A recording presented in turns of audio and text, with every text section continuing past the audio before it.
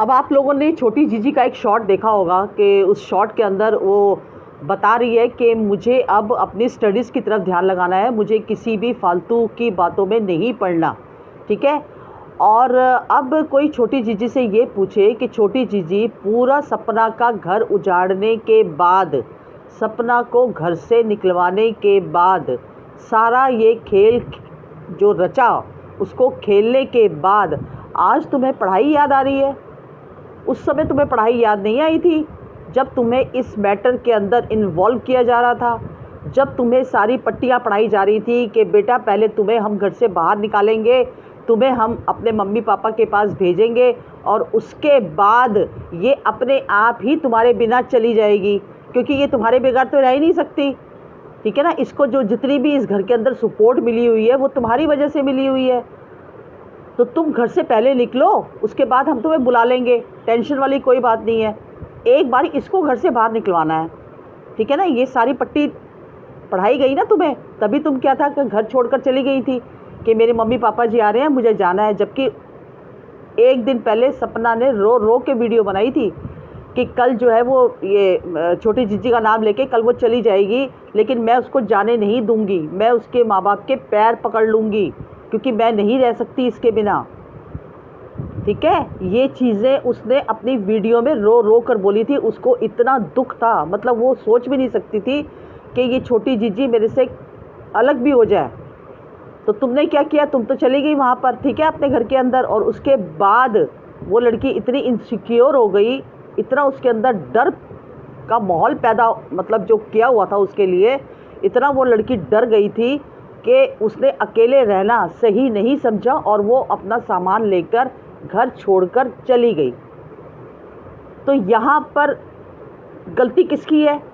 तुम्हें पता था ना कि वो मेरे को भाभी इतना प्यार करती है, मेरे बगैर नहीं रहेगी वो, लेकिन उसके बावजूद भी तुम गई। इसका मतलब तुम्हें सब खेल का पता था कि ये सब कुछ होने वाला है।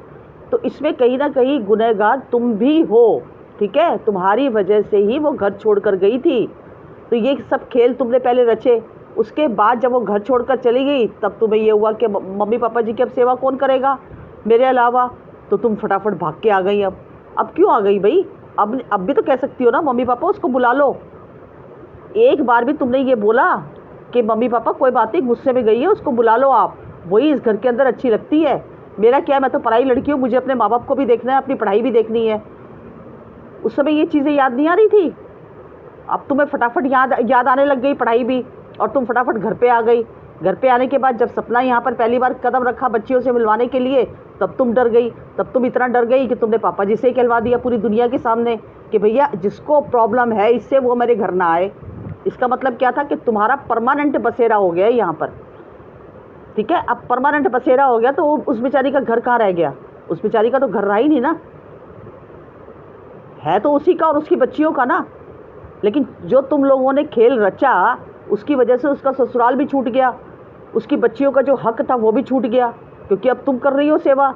जैसे कि तुम बताती हो कि अब मुझे मम्मी पापा की सेवा करनी है, क्योंकि यहाँ पर तो कोई भी नहीं है सेवा करने वाला, तो अब मैं ही हूँ, मुझे ही सेवा करनी है। तो उस हिसाब से तो क्या मालिकाना हक तुम्हारा ही हो गया ना जब तुम सेवा करोगी, क्योंकि पापा जी ने तो पहले ही बोल दिया कि जो सेवा करेगा उसको मैं अपना सब कुछ दूंगा। तो इसका मतलब तुम्हें सब कुछ भी मिल जाएगा, ठीक है। उनका क्या हुआ बेचारियों का? ना तो बच्चियों का कुछ हुआ, ना सपना का कुछ हुआ, उनका तो बेचारियों को कुछ भी नहीं हुआ ना, सब कुछ चला गया। तो इसकी गुनहगार कौन है? इसका गुनहगार भी तुम हो, ठीक है। तो तुम ये अच्छे से जान लो। और जो लोगों का जो तुम कह रही हो ना मुझे हेट मिल रहा है, वो इसी वजह से मिल रहा है, क्योंकि सब समझ गए हैं, सबको पता चल गया है कि सपना की ज़िंदगी पूरी तरह से बर्बाद हो गई। एक तो उसके बेचारी के 2 पति चले गए, ठीक है, उसने अपने आप को फिर भी संभाला, खड़ा किया उसने अपने घर परिवार को देखने के लिए, अपने सास ससुर को, अपनी बच्चियों को देखने के लिए कि चलो कोई बात नहीं, ये मेरे ऊपर दुख आया है, लेकिन इस दुख को मैं धीरे धीरे करके इसमें से निकलने की कोशिश करूँगी, अपने घर को बचा कर चलूँगी। लेकिन उसका बेचारी का तो कुछ रहा ही नहीं ना। और उसके बाद जो वो वीडियो में रो रो के तुम्हारा नाम ले रही थी ना, तो तुम्हारे साथ बिताए हुए अच्छे पल थे ना उसके, वो याद कर करके रो रही थी। इसका मतलब क्या है कि वो कितनी इमोशनल लड़की है, आज भी उसको वो चीज़ें याद है दिमाग के अंदर कि इसने मेरा उस टाइम पे साथ दिया, इसने मेरा उस टाइम पे साथ दिया। लेकिन उसको नहीं पता था कि बीच की बात क्या है, वो समझ ही नहीं पाई थी तुम्हें, वो खुद भोली है इसलिए सामने वाले को भी भोला ही समझती अपने जैसा। अगर उसको पहले से अंदाज़ा होता ना तो वो इतनी तुम्हारे साथ अटैच ही नहीं होती। इसीलिए वो रो रो कर बोल रही थी कि मिस यू, ठीक है।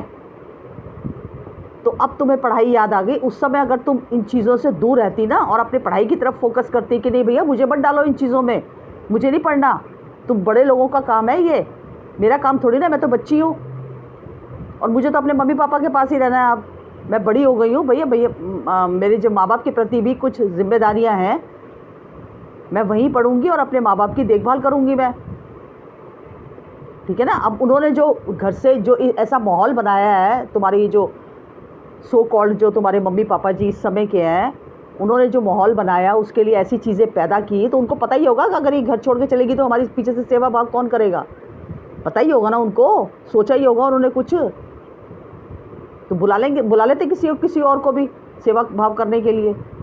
तुम तो अपना घर संभालती ना, लेकिन तुमने ऐसा कुछ भी नहीं किया। तो बेटा तुमने जो किया वो गलत किया, ठीक है। अब ये जो लोगों के सामने अच्छा बनने के जो नाटक कर रही हो वो सब बेकार की बातें हैं, और मुझे लगता है तुमने वो वीडियो भी डिलीट कर दी है, क्योंकि अब वो वीडियो मुझे नज़र नहीं आ रही तुम्हारे शॉर्ट्स में, ठीक है। क्योंकि लोगों ने बहुत ही कुछ बहुत अच्छी बातें तुम्हें बोली होंगी, ठीक है ना। तो लोगों की जो नेगेटिविटी है वो तुम्हें झेलनी पड़ेगी, क्योंकि तुमने काम ऐसे किए हैं और अब तुम बनना चाह रही हो कि दूसरी स्लैपी गर्ल, ठीक है ना। अब उसके नाम से तुम्हें देखो पैसा भी कमा रही हो, तुम्हें प्रमोशन भी मिल रहे हैं, सब कुछ हो रहा है तुम्हें, है तो तुम उसी की चेली ना। तो चेला जो होता है ना वो कभी भी अपने गुरु को धोखा नहीं देता, ठीक है। गुरु को हमेशा अपने दिल में बसा कर चलता है, लेकिन तुमने उसी गुरु की धज्जियाँ उड़ा दी सोशल मीडिया पर, ठीक है बेटा।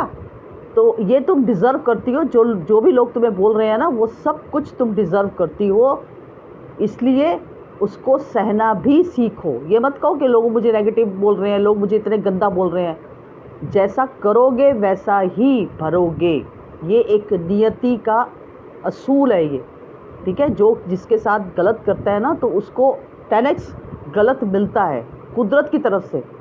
बस इतना ही कहना चाहूँगी कि ये जो ढोंग है ना ये सब मत करो, ठीक है। और तुम्हारी जो इमेज है वो सोशल मीडिया पर सबको पता चल गई है कि तुम्हारी इमेज कैसी है। तो आप लोगों का क्या ख्याल है, आप लोग मेरी बात से सहमत हैं कि नहीं, प्लीज़ कमेंट सेक्शन में लिखिए। और जो भी आए मेरे चैनल को प्लीज़ सब्सक्राइब कीजिए। आप लोगों के ही बलबूते पर ये चैनल जो एक नया बनाया है मैंने, ये आगे जाकर ग्रो होगा। तो प्लीज़ मेरी हम्बल रिक्वेस्ट है आप लोगों से कि जो भी देखे वो प्लीज़ सब्सक्राइब कीजिए। मिलती हूँ अगली वीडियो में एक नए टॉपिक के साथ, तब तक के लिए बाय बाय।